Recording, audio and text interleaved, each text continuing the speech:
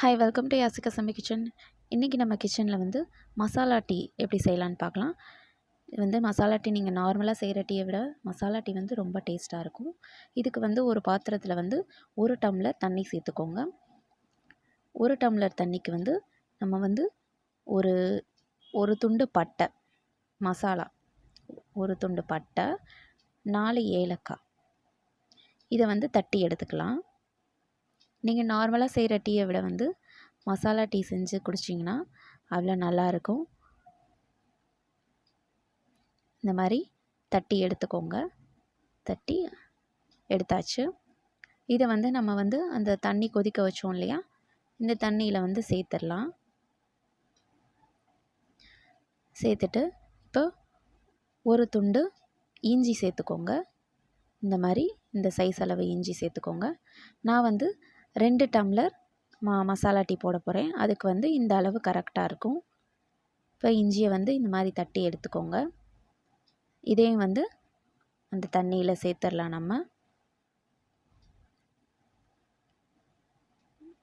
இப்போ சேர்த்துட்டு நல்லா வந்து மிக்ஸ் பண்ணிடுங்க.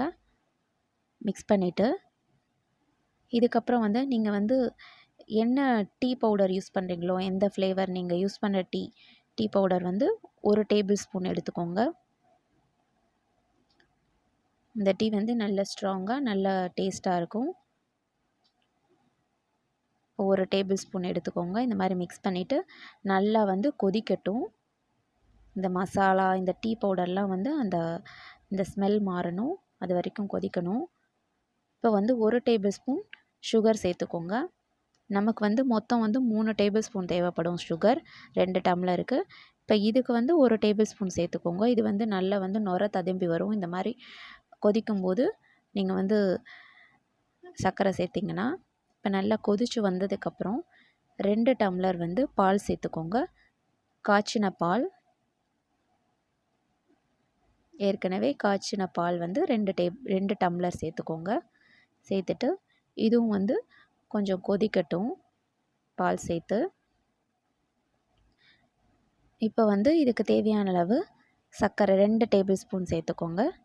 2 டம்ளர் பாலுக்கு வந்து நம்ம வந்து டோட்டலாக மொத்தமாக வந்து நம்ம 3 டேபிள் ஸ்பூன் சர்க்கரை சேர்த்துக்கோங்க. கரெக்டாக இருக்கும். இது வந்து நல்லா வந்து கொதிக்கட்டும்.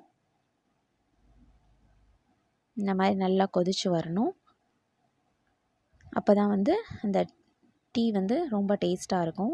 அந்த மசாலாலாம் வந்து அந்த நல்ல பாலில் சேர்ந்து ரொம்ப டேஸ்ட்டு கொடுக்கும் டீக்கு. இப்போ இந்த மாதிரி கொதித்து வந்து நல்லா கொதிச்சிருச்சு. இப்போ ஃப்ளேம் ஆஃப் பண்ணிவிட்டு ஒரு பவுலுக்கு வந்து ட்ரான்ஸ்ஃபர் பண்ணிடலாம்.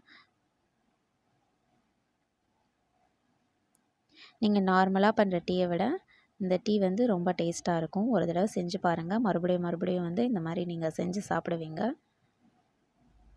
இப்போ வடிகட்டியாச்சு. இப்போ வந்து ஒரு டம்ளரில் எடுத்து நம்ம வந்து ஊற்றிடலாம்.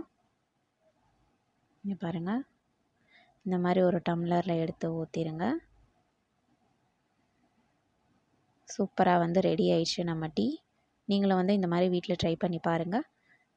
யாசிகா செம்மி கிச்சனில் இது வரைக்கும் சப்ஸ்கிரைப் பண்ணாதவங்க சப்ஸ்கிரைப் பண்ணுங்கள். தேங்க்யூ.